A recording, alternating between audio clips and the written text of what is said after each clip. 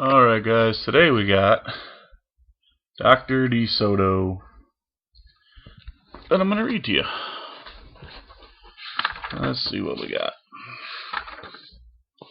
Dr. Desoto, the dentist, did very good work, so he had no end of patients. Those close to his own size, moles, chipmunks, etc., sat in the regular dentist chair. Larger animals sat on the floor while Dr. Desoto stood on a ladder. For extra large animals, he had a special room. There, Dr. Desoto was hoisted up into the patient's mouth by his assistant, who also happened to be his wife.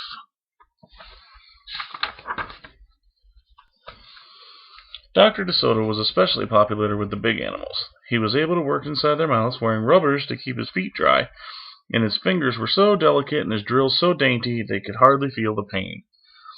Being a mouse, he refused to treat animals dangerous to mice, and it said so on his sign. When the doorbell rang, he and his wife would look out the window. They wouldn't even admit the most timid-looking cat.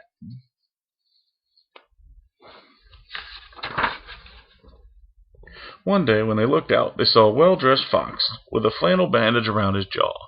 "I cannot treat you, sir," Dr. Desoto shouted. "Sir, haven't you read my sign?"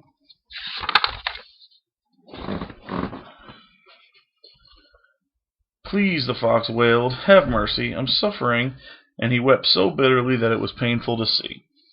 "Just a moment," said Dr. Desoto. "The poor fox," he whispered to his wife. "What shall we do?" "Let's risk it," said Miss Desoto. She pressed the buzzer and let the fox in.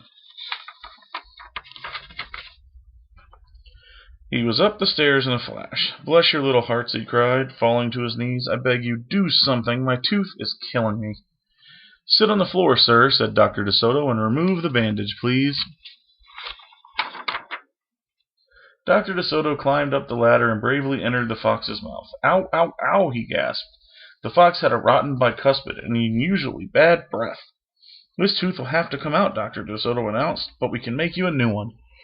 "Just stop the pain," whimpered the fox, wiping some tears away. Despite his misery, he realized he had a tasty little morsel in his mouth, and his jaw began to quiver.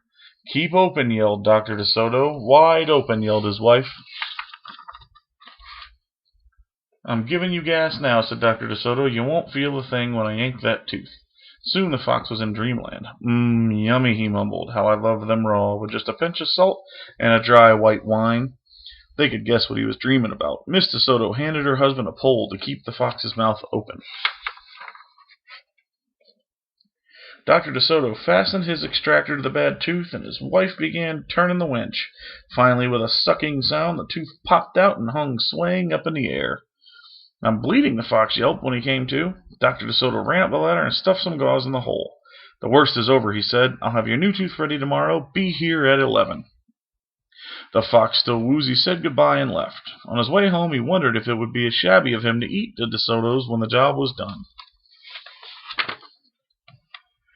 After office hours, Miss Desoto molded a tooth of pure gold and polished it. "Raw with salt indeed," muttered Dr. Desoto. "How foolish to trust a fox." "He didn't know what he was saying," said Miss Desoto. "Why would he harm us? We're helping him." "Because he's a fox," said Dr. Desoto. "They're wicked, wicked creatures." That night the Desotos lay awake wondering, should we let him in tomorrow? Miss Desoto wondered.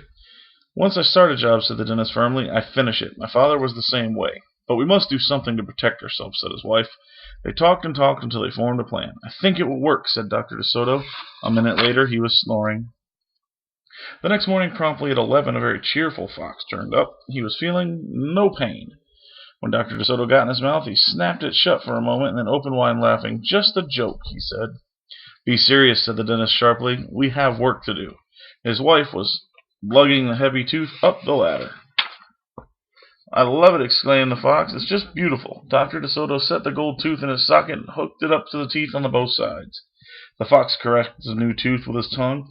"My, it feels good," he thought. "I really shouldn't eat them. On the other hand, how can I resist?" "We're not finished," sighed Dr. Desoto, holding up a jug. "I have here a remarkable preparation developed only recently by my wife and me. With just one application, you can be rid of toothaches forever. How would you like to be the first one to receive this unique treatment?" "I certainly would," the fox declared. "I'd be honored." He hated any kind of pain. "You'll never have to see us again," said Dr. Desoto. "No one will see you again," said the fox to himself. He definitely made up his mind to eat them with the help of his brand new tooth.